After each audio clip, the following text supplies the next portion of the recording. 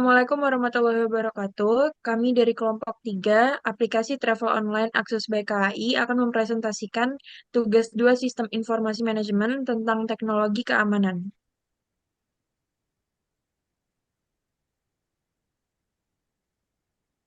Anggota kelompok 3 adalah saya sendiri, Azhara Anandita dengan NIM belakang 067, Naura Astagina dengan NIM belakang 101, dan Novia Amalia Ramadina dengan NIM belakang 110. Pembahasan hari ini adalah tentang teknologi yang diperlukan untuk mendukung aplikasi akses BKI dan teknologi prosedur dan strategi untuk mengamankan aplikasi akses BKI.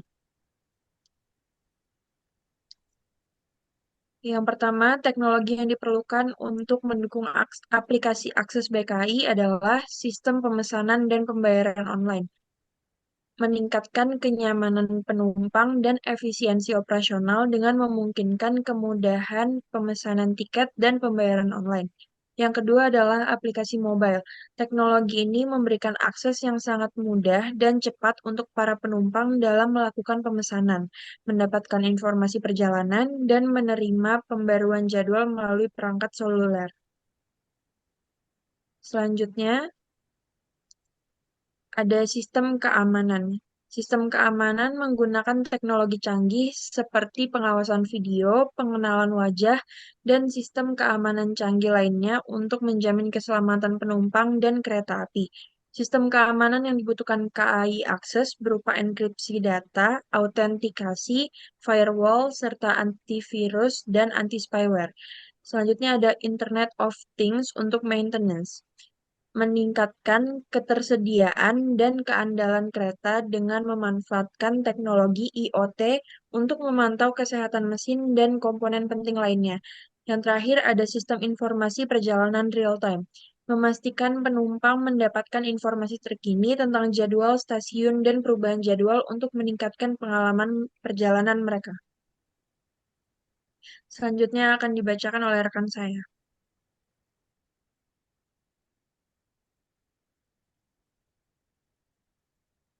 Selanjutnya yaitu teknologi, strategi, dan prosedur.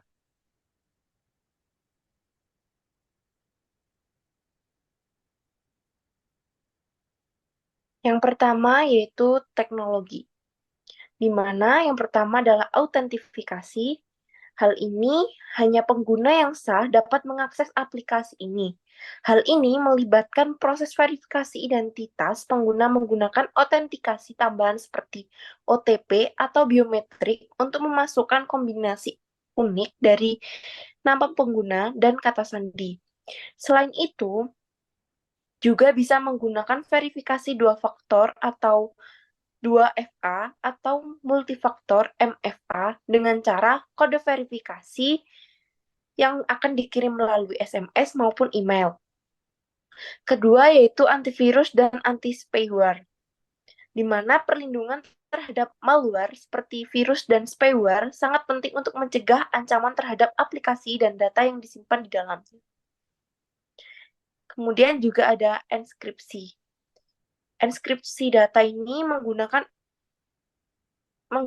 enskripsi dapat membantu melindungi data yang ditransmisi antara pengguna dan server.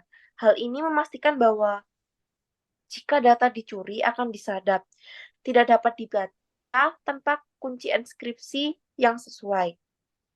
Kemudian ada firewall, di mana firewall ini teknologi yang digunakan untuk menyediakan perlindungan terhadap berbagai jenis serangan yang dapat ditujukan pada aplikasi, termasuk serangan aplikasi web dan ancaman keamanan lainnya.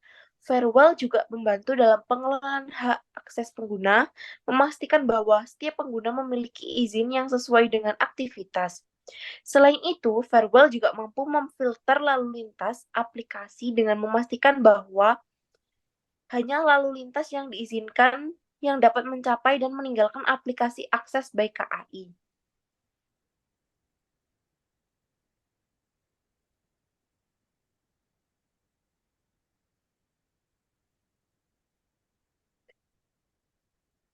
Selanjutnya yaitu prosedur. Yang pertama, melakukan pelatihan keamanan yang ditujukan bagi tim IT.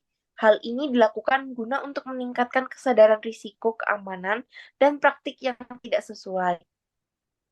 Selanjutnya akan dilanjutkan oleh rekan saya. Yang kedua, yakni melakukan pemantauan keamanan. Hal ini dilakukan dengan menerapkan sistem yang dapat memantau aktivitas abnormal atau tidak sesuai dari biasanya. Adapun prosedur yang ketiga yakni membuat atau menerapkan strategi terkait manajemen kejadian keamanan, di mana nantinya tim manajemen itu akan melakukan atau tindakan atas kejadian atau suatu insiden yang terjadi akibat dari adanya pelanggaran keamanan. Selanjutnya yakni strategi keamanan. Yang pertama yakni melakukan pengujian keamanan yang dilakukan secara teratur untuk mengatasi potensi titik lemah dalam suatu sistem. Yang kedua yakni melakukan manajemen risiko, yakni dengan melakukan evaluasi atas terjadinya suatu permasalahan yang kemudian dilakukan identifikasi untuk meningkatkan kinerja dari segi keamanan. Yang ketiga, yakni melakukan kerjasama dengan pihak ketiga, seperti dengan lembaga yang dapat mendukung atau meninjau terkait standar keamanan yang diperlukan. Adapun strategi keempat, yakni melakukan backup data secara rutin. Hal ini dilakukan untuk menyiapkan pemulihan data apabila terjadi kejadian yang tidak diinginkan, misalnya bencana alam, kebakaran, dan lain sebagainya. Adapun strategi yang terakhir yakni dengan memastikan bahwa aplikasi akses baik KAI sudah mematuhi segala regulasi keamanan yang sudah ditetapkan dengan hukum yang berlaku di Indonesia. Sekian terima kasih dari kelompok 3. Kurang lebihnya mohon maaf. Wassalamualaikum warahmatullahi wabarakatuh.